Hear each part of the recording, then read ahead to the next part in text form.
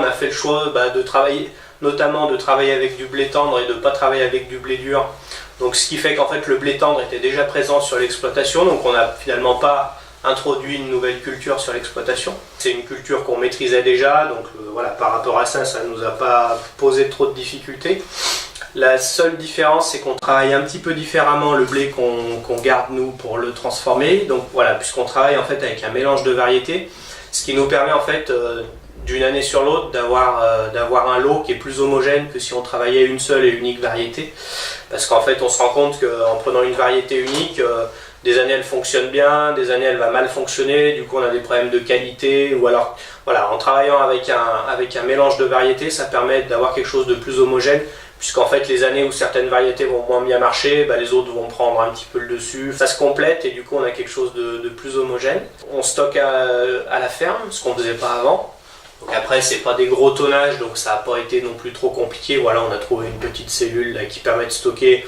On stocke à peu près une douzaine de tonnes. Ça prend un petit peu de place, c'est une petite logistique au niveau du temps de travail. Parce que forcément voilà, ça demande de dégager du temps de travail pour cette activité-là. Dès qu'on transforme des produits qu'on vend en direct, c'est quand même vite beaucoup de temps à passer. Parce que comme c'est des petits ateliers, c'est très manuel. On ne fait pas des tonnages suffisants en farine ou en pâte pour pouvoir automatiser. Enfin voilà, donc c'est beaucoup de temps à y consacrer. Ça, c'est ce qui a dicté un petit peu le choix qu'on a fait de faire des pâtes et des pâtes sèches. L'intérêt en fait d'un produit qui est sec, c'est que une fois qu'il est séché, il est stable dans le temps. Donc en fait, nous, notre idée, c'était de se dire, on a un petit peu plus de temps l'hiver, on a un petit peu de temps quand les conditions climatiques sont pas bonnes. Donc on voulait un produit en fait qui permette d'en fabriquer d'avance quand on a le temps.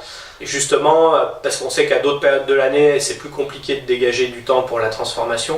Donc voilà, d'avoir un produit comme ça, en fait, ça permet justement de s'adapter un petit peu et d'en faire un petit peu plus l'hiver, un petit peu moins au printemps et l'été. On a un collègue par exemple qui fait du pain. Bon, c'est vrai que le pain, il est obligé, voilà, toutes les semaines de s'y tenir, parce que le pain ne se stocke pas. Du coup, avec potentiellement des invendus que nous on n'a pas. Enfin voilà, c'est vrai que c'est aussi pour ça qu'on a fait le choix nous des pâtes sèches, c'est que ça nous donne une certaine souplesse, on va dire, sur la fabrication. Le plus gros changement que ça a introduit, c'est de trouver du temps, de dégager du temps en fait pour cette activité-là et d'essayer de faire en sorte que ça se fasse pas au détriment d'autres choses. Trouver le juste équilibre entre la vente directe, la transformation et puis notre activité de production de céréales, quoi.